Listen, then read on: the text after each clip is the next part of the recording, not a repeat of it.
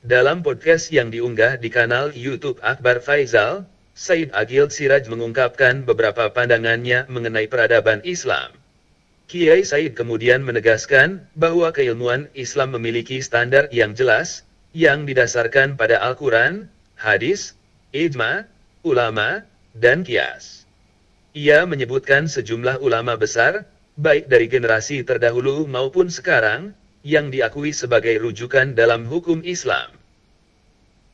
Berkaitan pertanyaan sejumlah besar ulama yang berasal dari bangsa Arab, Said Agil Siraj menjawabnya dengan tendensius yang terlihat meremehkan bangsa Arab. Sebelumnya, pada kesempatan pertemuan dengan ulama Mesir Syekh Ahmad Taib, dia pernah meremehkan Arab dengan mengunggulkan Nusantara, lalu oleh Syekh Ahmad Taib membantah keras pernyataan Said Agil Siraj yang meremehkan Arab dan mengunggulkan Persia. Jawaban-jawaban yang meremehkan Arab, yang banyak ditentang oleh masyarakat dalam podcast itu, antara lain, 1. Menyebut Arab sebagai bangsa nomaden, suka pindah-pindah, tidak menetap. 2. Islam tersebar dalam 40 tahun karena Arab pindah-pindah terus. 3. Menyebut Arab tidak mampu membangun peradaban. 4. Menyebut 10 ahli hadits ternama, tidak ada yang Arab. 5. Menyebut Turki Utsmani pintar berperang, tidak mampu membangun peradaban. Arab bangsa nomaden. Kalau Arab Badui memang nomaden. Tapi kalau Arab Madani, mereka tinggal di kota-kota. Rasulullah, para sahabat Muhajirin dan Ansar, mereka kaum Madani. Muhajirin dikaitkan dengan kota Makkah, Ansar dikaitkan kota Madinah. Islam tersebar karena orang Arab suka pindah-pindah. Sifat mobilitas kaum Arab sudah ada sejak zaman jahiliyah. Oleh itu turun surat Al-Quraisyin. Tapi yang berjasa dalam menyebarkan Islam di masa 40 tahun itu, adalah jihad fisabilillah, atau penaklukan. Khususnya di era Khalifah Umar.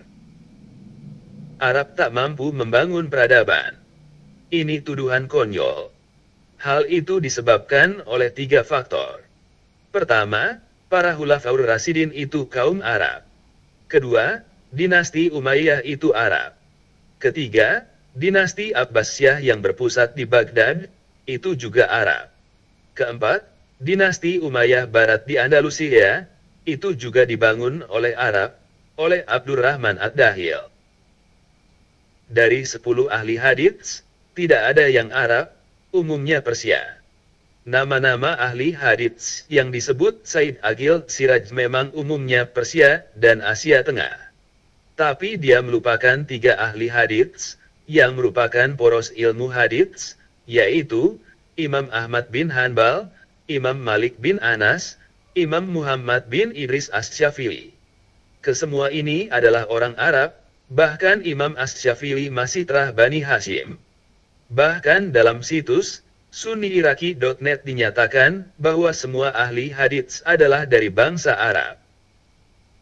Turki Utsmani pintar berperang, tidak membangun peradaban. Perkataan aneh. Bagaimana mungkin Turki Utsmani bisa eksis selama 6 abad dari tahun 1281 sampai tahun 1924? Kalau tidak bisa membangun peradaban, bagaimana mungkin mereka bisa menjadi pusat khilafah Islamiyah pada tahun 1518 sampai 1924 menggantikan Abbasiyah? Kalau tidak bisa membangun peradaban, bagaimana mungkin mereka bisa meruntuhkan Romawi Timur atau Bizantium, merebut Konstantinopel? Kalau tidak mampu membangun peradaban, bagaimana mungkin mereka terlibat dalam Perang Dunia Pertama?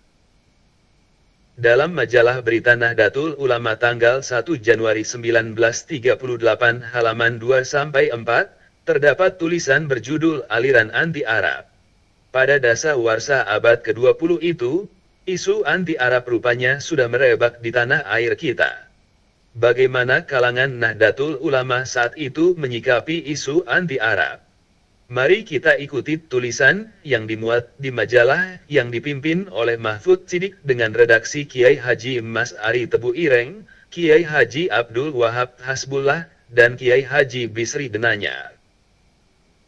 Rasulullah bersabda kepada Sayyidina Salman, "Wahai Salman, janganlah kamu membenci aku, maka kamu akan menceraikan agamamu."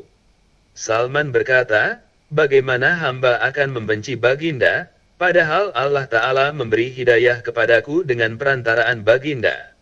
Rasulullah menjawab, "Jika kamu membenci bangsa Arab, maka kamu membenci aku." Apabila aliran ini sudah mencengkeram benar-benar dan sudah mendarah daging, maka sebagai akibat otomatis tumbuhlah kebencian pada apa-apa yang bersifat Arab, yaitu agama Islam.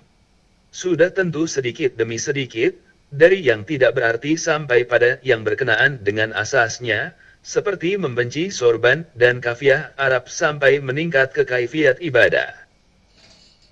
Selanjutnya Nahdlatul Ulama menyatakan bahwa kami tidak membelah bangsa Arab dengan membabi buta, tidak pula membelah kesalahan-kesalahan yang sangat melukai perasaan bangsa kita.